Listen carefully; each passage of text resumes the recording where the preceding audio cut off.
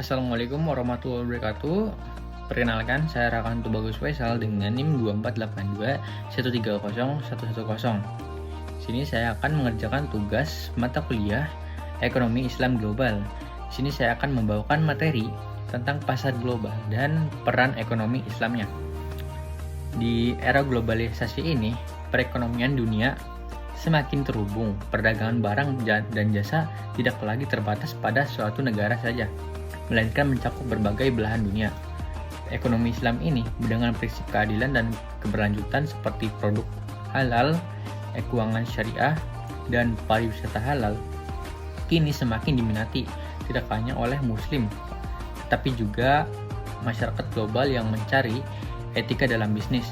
Nah, pasar global ini adalah peluang sekaligus tantangan bagi ekonomi syariah untuk membuktikan relevansinya.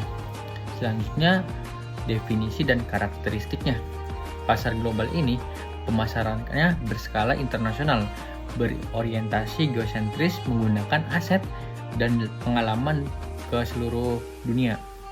Jangkauannya ini sangat luas, tidak hanya terbatas di wilayah fisik saja. Selanjutnya ada komunitasnya beragam. Barang dan jasanya diperdagangkan di lintas batas dunia. Selanjutnya itu peran ekonomi Islam. Nah, di sini keadilan sosial, mendistribusi kekayaan yang merata seperti zakat. Selanjutnya itu anti riba, melarang bunga dan spekulasi yang merugikan. Selanjutnya itu ada etika bisnisnya, kejujuran dan sangat transparansi. Selanjutnya itu ada investasi yang bertanggung jawab. Nah, ini fokus pada sektor yang real dan halal.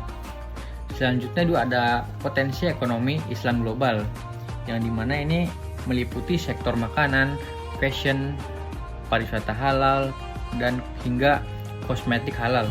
Nah, peluang utama ini adalah populasi muslimnya sangat besar. Pasar konsumen terbesar di dunia yang terus bertumbuh. Selanjutnya juga ada tren halal lifestyle, yang dimana produk halal dianggap higienis dan berkualitas oleh pasar non-muslim. Selanjutnya adalah dukungan pemerintahnya yang membentukkan PBJPH dan roadmap ekonomi syariah. Selanjutnya juga ada transformasi digital, yang dimana fintech syariah ini mempermudah akses keuangan. Selanjutnya juga ada dampak pasar global. Yang pertama ada dampak positifnya. Yang pertama itu ada perluasan pasar global halal ke negara-negara non-muslim. Yang ini mencakup negara yang luas. Selanjutnya itu menciptakan lapangan kerja di sektor halal seperti pariwisata dan fashion.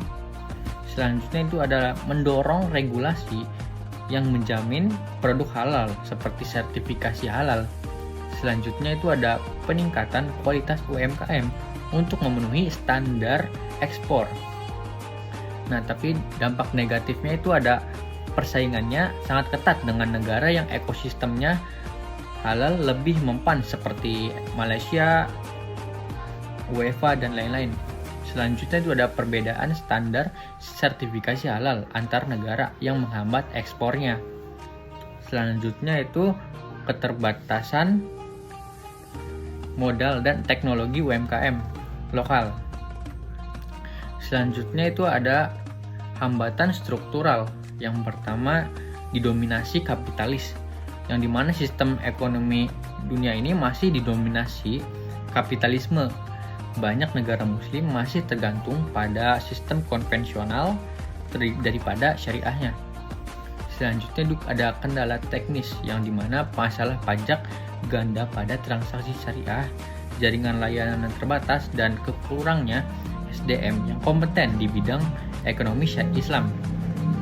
Selanjutnya itu ada minimnya edukasi, yang dimana pemahaman masyarakat tentang ekonomi syariah masih rendah, seringkali dianggap hanya untuk kalangan tertentu saja.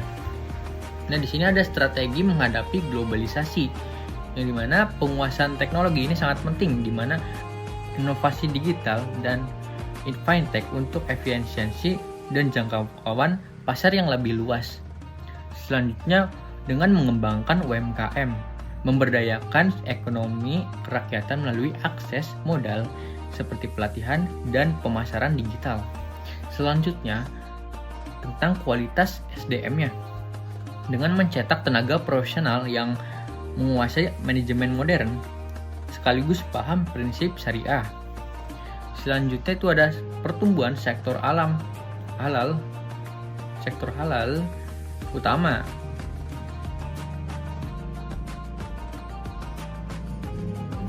Pada slide pertumbuhan sektor halal ini menjelaskan mengenai sektor halal ini sangat mengalami pertumbuhan yang sangat pesat seiring meningkatnya kesadaran masyarakat terhadap produk dan layanan yang sesuai dengan prinsip syariah. Beberapa faktor halal utama yang berkembang antara lain makanan dan minuman halal, keuangan syariah, pariwisata halal, fashion muslim, serta farmasi dan kosmetik halal. Nah, pertumbuhan di sektor-sektor ini tidak hanya didorong oleh populasi saja, muslim saja yang terus meningkat, tetapi juga karena produk halal dinilai lebih aman, berkualitas dan memiliki standar etika yang tinggi.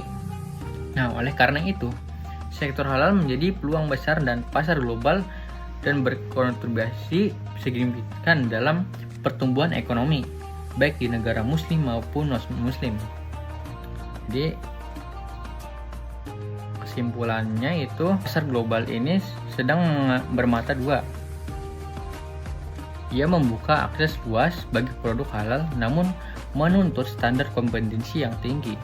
Untuk menang, negara-negara muslim harus berkolaborasi membangun ekosistem halal, terintegrasi, memperkuat regulasi, dan memanfaatkan teknologi. Nah, cukup sekian dari pemaparan materi dari saya. Kurang-kurangnya mohon maaf. Wabillahi taufiq wal hidayah. Wassalamualaikum warahmatullahi wabarakatuh.